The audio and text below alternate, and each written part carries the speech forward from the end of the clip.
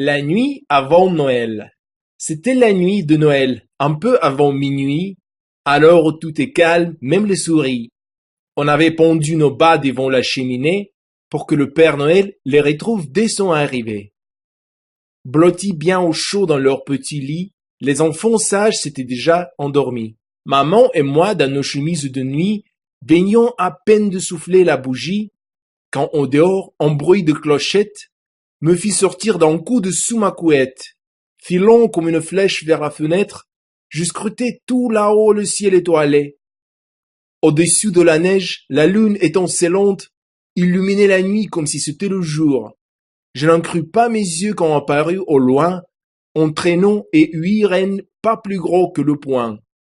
Dirigé par un petit personnage enjoué, c'était le Père Noël, je le savais. Ses coursiers volaient comme s'ils avaient des ailes.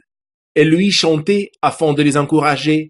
Allez tornade, allez danseurs, allez furie et fringons, en avant comète et cupidon, allez éclairs et tonnerres, tout droit vers ce porche, tout droit vers ce mur. Au galop mes amis, au triple galop.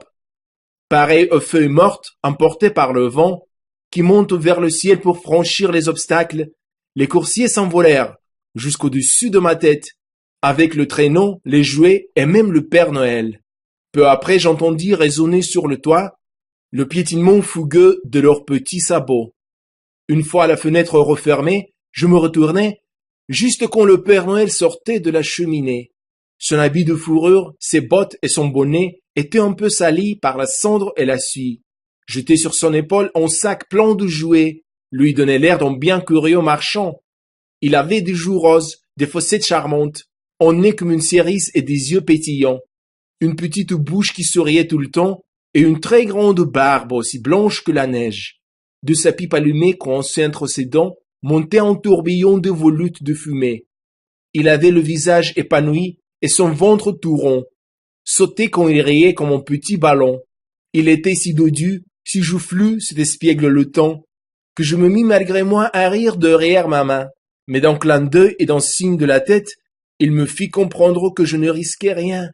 Puis sans dire un mot, car il était pressé, se hâta de remplir les bas jusqu'au dernier, et me salua d'un doigt posé sur l'aile du nez, avant de disparaître dans la cheminée.